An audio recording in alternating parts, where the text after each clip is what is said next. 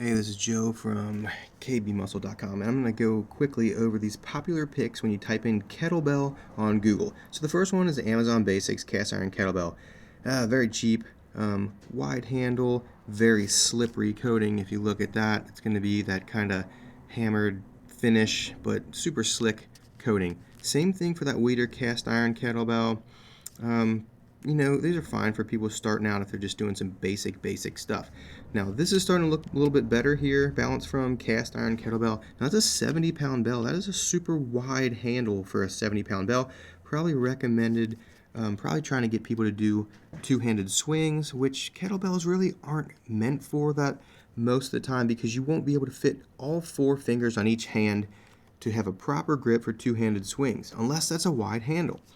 Anyway, cheap price if you're getting something that doesn't look too bad. Powder coated bell, it looks like. Now, here's what kind of gets ridiculous for me. When I see adjustable kettlebells like this, there's nothing you're really going to do other than a two-handed deadlift, single arm deadlift, swings, two-handed swings possibly. Anything else is going to feel ridiculous, especially as the weight gets heavier. Rogue Kettlebell. Rogue's a good company and they make good cast iron kettlebells. I have quite a few. They have thick handles. You can do pretty much anything with them. Price is pretty good. They're definitely going to pay for shipping on that one. Now, Amazon Basics Vinyl Kettlebell. This is for people using lighter weights probably that don't want to scuff up their floor or hear iron to iron when they're doing double kettlebells. If you're doing like double cleans or something between the legs, I see this in fitness classes, etc. Stuff like that. Not going to be too bad for people starting out. Now here, Ethos Kettlebells, usually at Dick's Sporting Goods. Price doesn't look too bad. Just depends on what the price is. Now the handle looks kind of strange to me. Handles are very different when it comes to kettlebells. You can look at the next one. But on that Ethos, they're very similar to the Rogue, but let's go back and look at the handle design is very different. So you got to look into that. It really affects how you control a kettlebell, especially for cleans and snatches. Now, Giant version 3 kettlebells, that's a big handle. That red one in the middle is a 32 kilogram kettlebell with a very wide handle. Probably made, they all look wide, even that 26, that blue.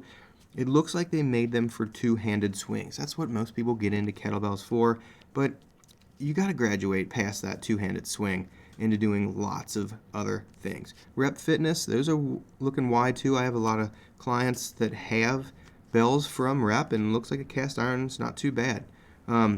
Here's where it gets ridiculous. There's nothing you're going to do with this weight other than, once again, a deadlift, possibly a swing. That handle just looks not good. You're not going to do cleans, and if you do, your hand's going to be at such an odd angle that edge is going to just destroy your forearm. I pass on those, pass on those. Fitness gear, cast kettlebell, similar to the beginning stuff. You find them at like Dick's or Walmart. Once again, now here we get into the Onnit. Oh, the faces on kettlebells, unless you're a collector for some Avengers or something like that. Like, the handle is just super weird, first off. It's flat on top. It's got sharp angles in the corners. They look like they're powder coated. I mean, it's just basically like a little bit of an artistic thing. But when you clean that kettlebell, that face is going to be resting at some point on your forearm. Personally, I pass. Some other stuff. Now here, Balance from 100-pound powder-coated cast iron kettlebell. $99 with free delivery from Walmart. What the heck? If you're going to do some heavy swings for $100, there you go. That's not bad. Pass on that thing. Now, Kettlebell Kings competition bells. A lot of people like Kettlebell Kings a lot. I find they have a very small, I like them. I think their quality's good, but they have a very small window for cleans and snatches, and it's a competition kettlebell. That's what you're going to be doing. So I like lighter weights from them, but as they get up over 24 kilograms, I got to switch over to other stuff. Bells of Steel adjustable kettlebell. I think they're very similar to the Kettlebell Kings adjustable kettlebell. This one goes from 12 kilograms up to 20 kilograms, which is about 26 pounds to 44 pounds. I think they're pretty solid. I have a Kettlebell Kings, and I can't imagine them being from a different manufacturer, really. Could be wrong. But once again, inexpensive. Cat barbell, they've been around for a long time. I've seen people snap off handles by dropping certain bells that look like that. Powder coated bell again, cat barbell again. That looks a lot different. That barbell, cat barbell there to the cat barbell there. So competition weight. Okay, so that's just kind of interesting. Really weird. It's not, competitions aren't just weights, they're sizes. They look like that. Very similar to this, not like that. All right, so there's a power-coated Kettlebell King's bell. They're solid. Here's another one. That's a 70. There's a 35-pound. There's a 70. See, that handle isn't as wide as the one from the beginning on that power-coated bell. Some other stuff you find, Lifeline. There's another cast iron. See this, and I'm not a fan of these. The fitness bells with the beveled edge from Kettlebell Kings, I think they're in the wrong spot. True Grit, looks like some other ones.